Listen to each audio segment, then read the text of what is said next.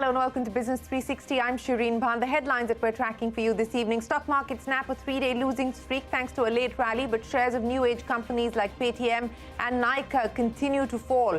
Share sale by anchor investors via block deals and fears of more stake sales spook investors. Oil prices rise after Saudi Arabia denies reports that it was discussing an increase in supply with OPEC and its allies. The Saudi energy minister said that the kingdom was sticking with output cuts and not discussing any potential increase in production. The union government is unlikely to launch any new subsidy scheme in the upcoming budget, say sources. The government is also considering a 31,000 crore rupees scheme to boost green hydrogen. Protection and preservation of the environment will be one of the big priority areas. That's a CNBC-TV18 budget exclusive. Telecom companies seek parity, want licensing norms for OTT services like messaging, email, video calling. Also bat for KYC norms for OTT players, make a pitch against administrative allocation of spectrum for private networks. Workforce crunch at Air India. The airline is looking to hire foreign pilots as it faces a severe shortage of trained and experienced pilots. Air India is also staring at a cabin crew crunch, with 450 personnel having opted for VRS and their release date being the 30th of November. The Supreme Court refuses to grant an urgent hearing to a plea challenging the union government's decision to extend the electoral bond sale window by 15 days. The apex court says it will hear the petition along with other pleas against electoral bonds that have been pending since 2017.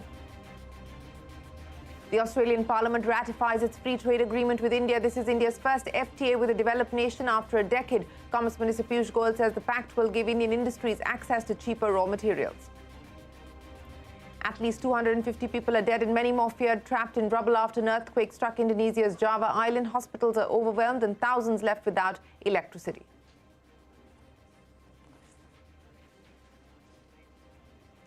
Well, with less than 3 months to go for the union budget, the Finance Ministry's consultation with various sectors on in full swing. Finance Minister Nirmala Sitharaman chaired a meeting with experts of the agriculture industry today, and the gathering was attended by the Minister of State for Finance, Pankaj Chaudhary, Finance Secretary TV Somanathan, and other senior economic advisors and industry representatives.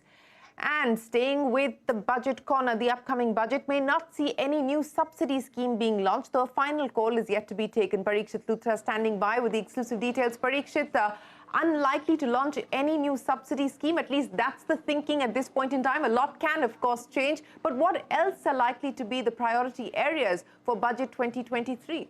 Well, the government has been receiving recommendations from various quarters, including the industry, and the clear recommendation is don't have any new subsidy schemes. So the view within the government right now is that let's not go ahead with any kind of new subsidy schemes, but we believe a final call could be taken in the next few weeks. At the same time, green hydrogen, climate action will be a big priority area. The government is considering a 31,000 crore outlay for green hydrogen mission, which could be announced in the budget. This could include an outlay for electrolyzers and the rollout of green hydrogen for different sectors. At the same time, there will be a significant allocation for renewable integration to support target for 500 gigawatts of non-fossil fuel energy capacity by 2030. Mission Life will be a big priority according to sources. Remember, Lifestyle for Environment. This was a mission launched by Prime Minister Modi and the UN Secretary General Antonio Guterres in October. Recently, the centre has published a list of 75 climate-friendly practices under the mission Lifestyle for Environment.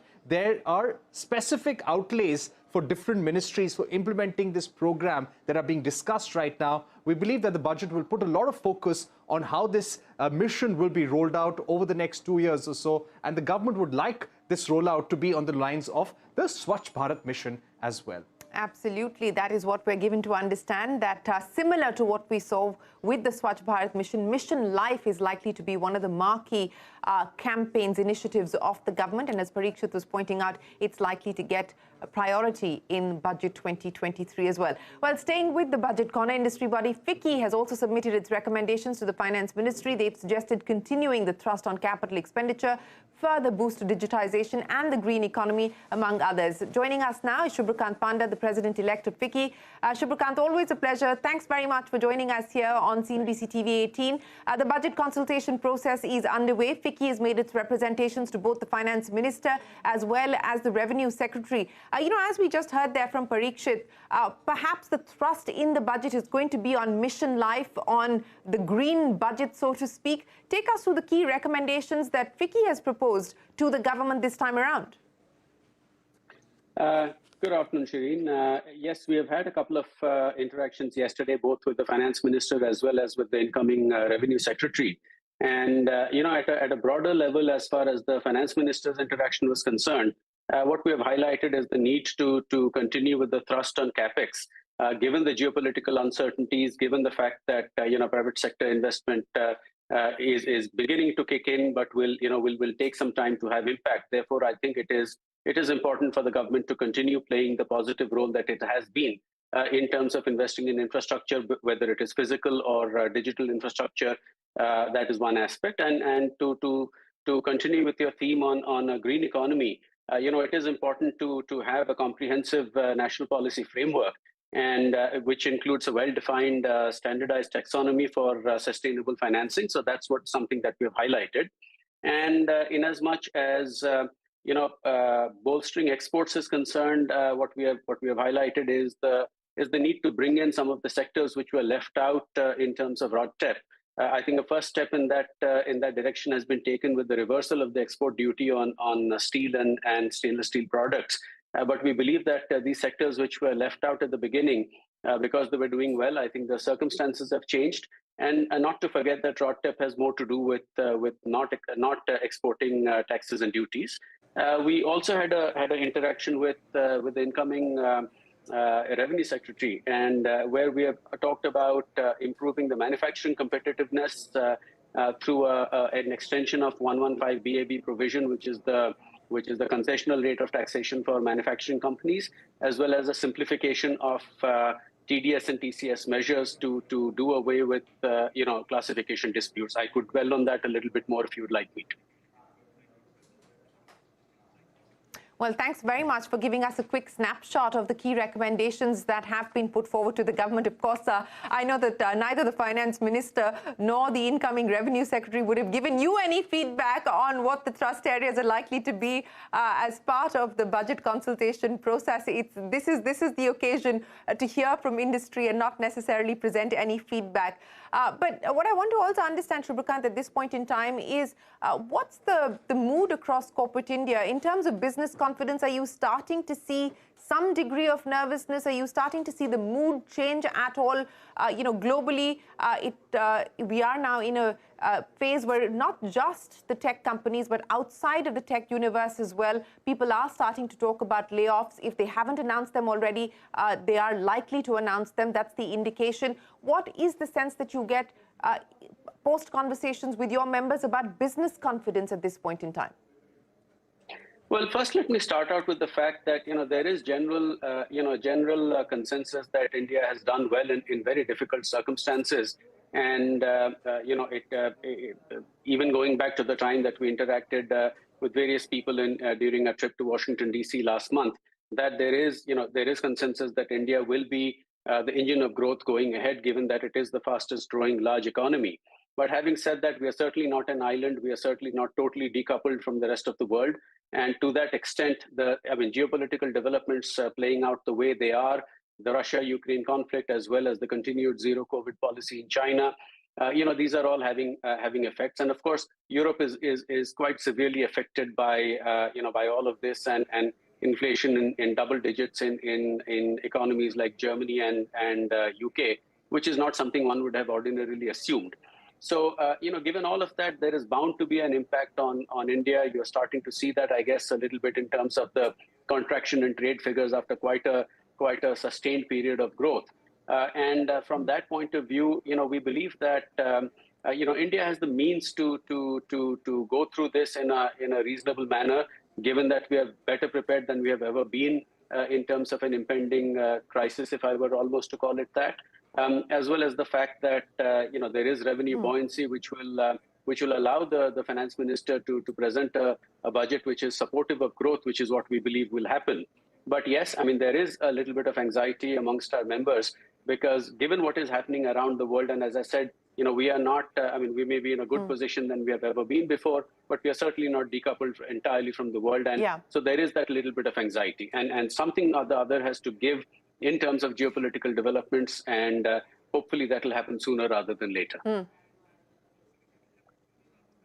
Shubhrikant, I'm going to end by asking you exactly that. You said that there is a little bit of anxiety at this point in time. In an industry meeting a few weeks ago, the finance minister, or at least about a month or so ago, the finance minister had exhorted to industry that, look, what's stopping you from investing? India is relatively better poised. This is the time to go out there and invest. Now, as per the pulse checks that have happened across industry, the last time we spoke with you, etc., the view was that it's still wait and watch because capacity utilization across most sectors is still about 60 to 70%. And fresh capacity at this point in time, members that we spoke with suggested that they would still wait another 6 months before taking a call on that. Does that continue to be the case? Are we likely to see people hold back on adding capacity, making any fresh investments? Well, as far as holding back is concerned, I think that may have to do a little bit with anxiety about how geopolitical developments are playing out.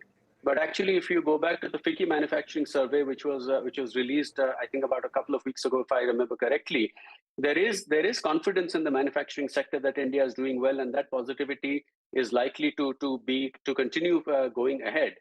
But to sort of weave in both points and bring in a point that we made to the incoming revenue secretary yesterday. We believe that India has done a lot to support manufacturing competitiveness, to bring down the cost of doing business, to improve the ease of doing business. And in this context, something that we've suggested with regard to 115 BAB, which is the concessional rate of taxation for manufacturing companies, is not to extend it for a year or two like we have been asking in the past and on account of COVID, but actually give a 5-year window for global supply chains to move in. India is again, geopolitics means that China plus one is back on the table. I think India has an opportunity to attract global supply chains, is doing so. But if you were to look at the competitive landscape in terms of Thailand, Vietnam, etc., where taxes are in the range of 18 to 20%, I think it is important for the 115 BAB provision to be available. And keep in mind that I think large multinationals are very keenly looking at moving supply chains out of China to a large extent. I think India will be a beneficiary of that. But these are decisions which are not taken easily. These are decisions which will take time to play out. So rather than increase this, extend this concessional taxation regime in drips and drabs, it's much better to have a clear, clean 5-year window and say this is the opportunity for India to climb the manufacturing bus, which is what the Prime Minister has made clear, that we missed the bus once before, and we will do everything that it takes to make sure we don't we don't miss out again. And for the benefit of our viewers, this is the 15% concessional tax rate that you're speaking of. That's right, yes. And we have also asked for that to be extended to R&D companies, research and innovation-based industries, because I think in due course we have to not just look at Make in India, which has the potential to do very well, but I think we have to graduate to design in India, to innovate in India as well. Well, that's the big ask there from FICCI, suggesting that the 15% concessional rate of tax, which had been announced pre-COVID, that continue for another 5 years. Of course, the sunset hasn't happened yet, but the FICCI view is that it shouldn't be extended by another year or two, but give visibility on another 5-year extension to potential investors who are looking at alternatives from a manufacturing perspective. The China plus one strategy, they believe this could help in drawing in investors to India. Shubhrikant Panda, always a pleasure. Appreciate you joining us here on CNBC-TV18. We also spoke with Saket Dalmia, the president at the PhD Chambers of Commerce, on the budget expectations that PhD has put on the table. The biggest ask was that we should give more money in the hands of the taxpayer. right from the small taxpayer to the large taxpayer, let them spend more into the economy so that the demand is driven by expenditure. We need that because we have come to the threshold. We have the demographical dividend. We are talking about the largest middle class in the world here. And we are also talking about a burgeoning upper middle class and wealthy people. Why tax the wealthy and then ask them to spend? Even when a home loan rebate is concerned, we said where you have a rebate of 2 lakhs, make it 3 lakhs. Well, that is the industry consultation process that's currently underway. Today is day 2 of meetings that the finance minister is holding with industry. Up next, workforce crunch at Air India. The airline is looking to hire foreign pilots as it faces a severe shortage of trained and experienced pilots as it expands its operations. That and more when we return.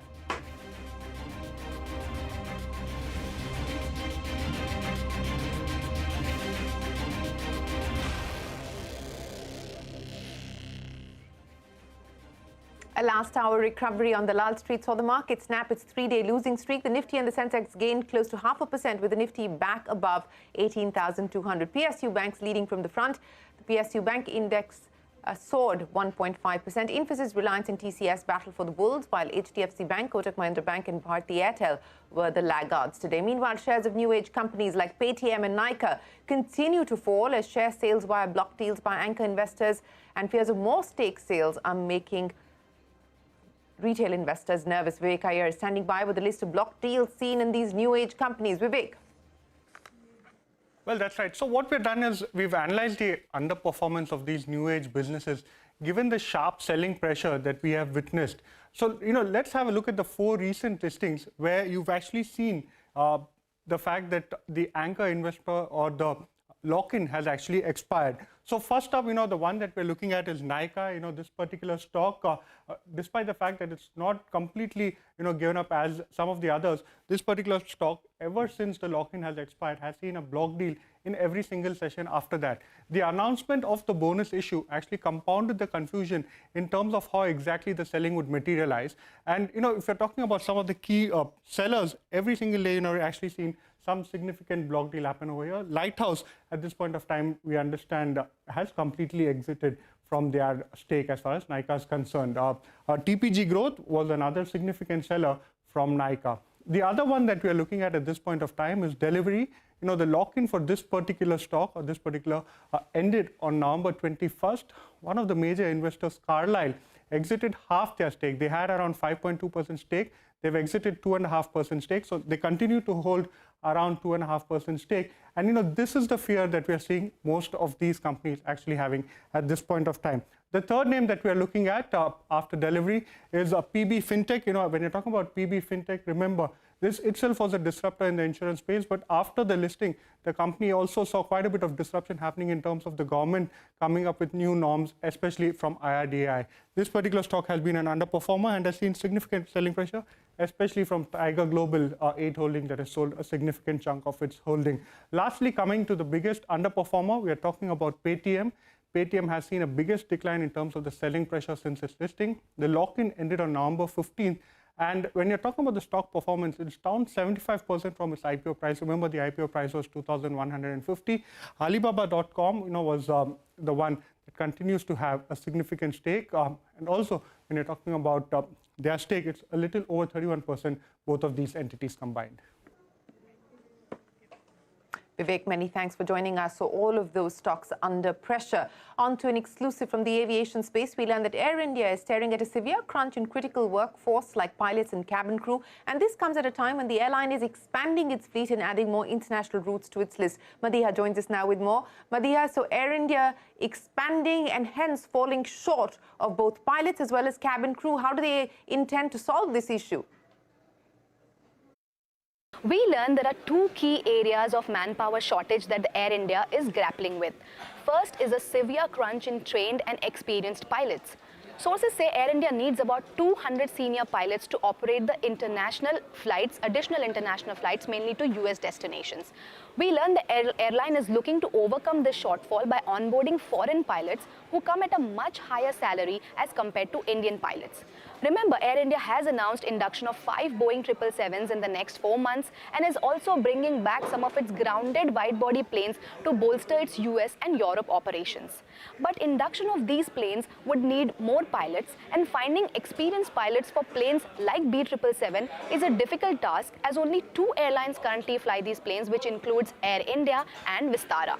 The second key area is cabin crew, where we learn the airline is facing an acute shortage. As per sources, there are around 4,800 cabin crew staff, of which about 450 have opted for voluntary retirement, with their release date being 30th November.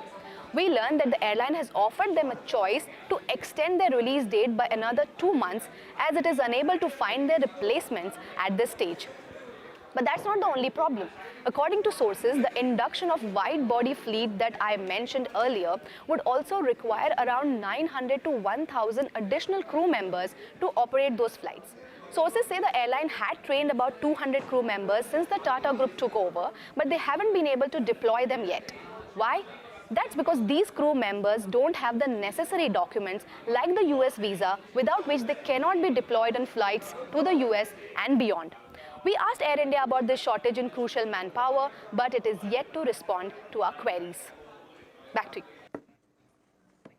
Madiha, many thanks for joining us. Neglected tropical diseases are a group of infections arising from bacteria, parasites, fungi or viral, which are mainly prevalent in lower-income countries. The WHO estimates that more than 1.7 billion people require treatment for at least one neglected tropical disease every year. Today, India is expected to share the world's largest absolute burden of at least 11 major neglected tropical diseases. Ekta Batra spoke with Lutz Hedgeman, president of global pharma major Novartis' Global Health Unit, and asked him why India had such a huge burden of neglected diseases in the world order. Take a look.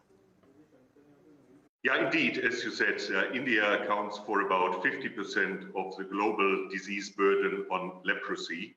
But we also shouldn't forget that we have made tremendous progress in reducing the burden of this disease by about 95% already over the last 40 years. The first time I visited India was in 1989, and I still remember having worked as a public health physician in one of the leprosy clinics, the tremendous burden that existed then. And of course, great progress has been made, and the situation looks very different today. But that said, we cannot ignore that we still have pockets of infections where the disease is still prevalent, very often in very hard to reach rural communities, but we have to continue the path to elimination. Okay, sure. But is neglected disease actually just a poor man's problem? It is linked to lower income countries. It is linked to low or poor public infrastructure. So is it just categorized as people, from lower income backgrounds, or is it now becoming an urban problem as well? I think very often these diseases are being referred to as diseases of poverty, which speaks to the high prevalence that we see in lower income countries and settings and parts of countries. But as any infectious disease, no one is safe to not contract those infectious diseases. But of course, a poor nutritional status, immunocompromised status, all contribute to being more susceptible to contracting those diseases. But essentially, and we have seen this now with other infectious diseases, is any human being is susceptible to contracting these infections, and climate change would be a risk to further spreading those diseases into countries and into parts of a country where we don't see a high prevalence of those diseases. Okay. Well, one of the key issues with regards to neglected tropical diseases is that there's not enough R&D, or maybe there's not enough willingness when it comes to research and development as well, because there are so many diseases which need to be tackled from a developed world perspective, which is where the R&D funding is probably rooted as well. Do you think that there needs to be a concentrated effort for R&D when it comes to neglected tropical diseases, and how does one do so? No, I think, of course, neglected tropical diseases compete with other disease priorities, and very often and that's the reason why they are neglected. They don't attract the level of attention and funding that they would deserve. At Novartis, we have taken an approach whereby we take part of our R&D budget and dedicate this to neglected tropical diseases so that we do not make trade-off decisions. Do we invest in one disease or in the other disease?